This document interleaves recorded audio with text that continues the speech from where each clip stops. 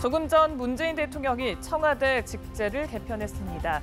참여정부 시절 정책실장을 부활시켰고 기존 수석 체제도 대폭 손봤는데요. 청와대 춘추관 연결해 자세한 내용 알아보겠습니다. 성승환 기자. 네, 청와대에 나와 있습니다.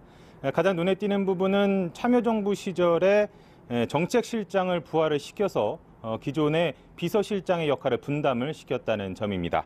비서실장 직속으로 정무, 민정, 사회혁신, 국민소통, 인사수석을 두고 정책실장 직속으로는 일자리 경제, 사회수석을 둡니다.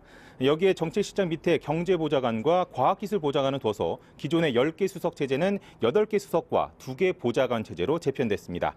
일자리 대통령을 공언해왔던 만큼 일자리 수석을 신설했는데 산재에 있는 일자리 관련 정책을 종합 점검하게 됩니다. 기존에 있던 외교안보수석은 폐지하고 관련 기능은 국가안보실로 이관해서 일원화합니다. 이에 따라 국가안보실장이 남북관계와 외교, 국방 등 안보 이슈를 통합 관리하게 됩니다. 동시에 다양한 국정 현안과 과제에 적극 대처하기 위해 특정 과제 수행을 담당하는 특별 보좌관 제도를 적극 활용하기로 했습니다. 윤영찬 국민소통수석은 책임지는 청와대, 젊고 역동적인 청와대, 정책 아젠다를 강화한 청와대를 목표로 했다고 설명했습니다. 여기에 국가안보실장 직속으로 국가위기관리센터를 설치해서 국민의 안전을 지키고 긴박한 국가위기 상황에 적극 대응하기로 했습니다. 한편 오늘 문 대통령은 시진핑 중국 국가주석, 아베 일본 총리와도 취임 후 첫 전화통화를 했죠. 네, 그렇습니다.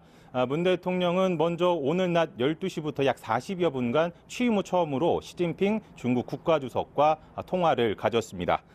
시 주석이 축하 전화를 걸었는데 중국 주석이 우리 대통령의 취임 축하 전화를 한 것은 처음이다. 이렇게 청와대는 설명을 했습니다. 윤영찬 소석은 취임 축하 인사로 시작한 대화에서 한반도 정세와 북핵 등에 대해서 폭넓은 협의를 했다고 밝혔습니다. 이어 두 정상이 빠른 시일 내에 만나길 기대한다고 말했다면서 시 주석이 문 대통령을 베이징에 공식 초청했다고 설명했습니다. 또 한반도 비핵화가 양국의 공동 목표임을 확인하고 문 대통령이 사드와 북핵 문제를 별도로 논의할 대표단을 중국에 파견하기로 했다고 말했습니다. 윤 수석은 문 대통령이 사드 배치에 대한 중국의 관심과 우려를 잘 안다며 서로 이해를 높이며 양국 간 소통이 조속히 이루어지길 희망한다고 말했다고 전했습니다. 이어 문 대통령이 중국에 진출한 우리 국민과 기업에 대한 제약과 제재가 해결되도록 관심을 기울여달라고 당부했다고 덧붙였습니다. 문 대통령은 오후에 아베 신조 일본 총리와도 25분간 첫 전화 통화를 했습니다. 윤 수석은 두 정상이 한일 관계의 발전 방향, 과거사 문제 등 다양한 사안에 대해서 솔직한 입장을 밝히고 의견을 교환했다고 말했습니다.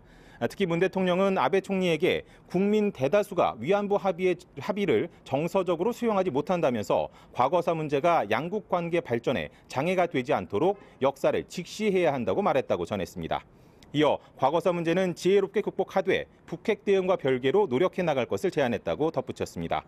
문 대통령은 그러나 통화에서 위안부 합의 재협상을 직접 언급하지는 않았다고 배석한 청와대 관계자가 전했습니다. 아베 총리는 위안부 합의와 관련해 미래지향적 관계를 기반으로 착실히 이행하길 기대한다는 기본 입장을 표명했다고 청와대는 설명했습니다. 문 대통령과 아베 총리는 마찬가지로 빠른 시일 내에 직접 만나길 기대한다며 상호 간에 방문을 초청했습니다. 지금까지 청와대에서 연합뉴스TV 성서환입니다.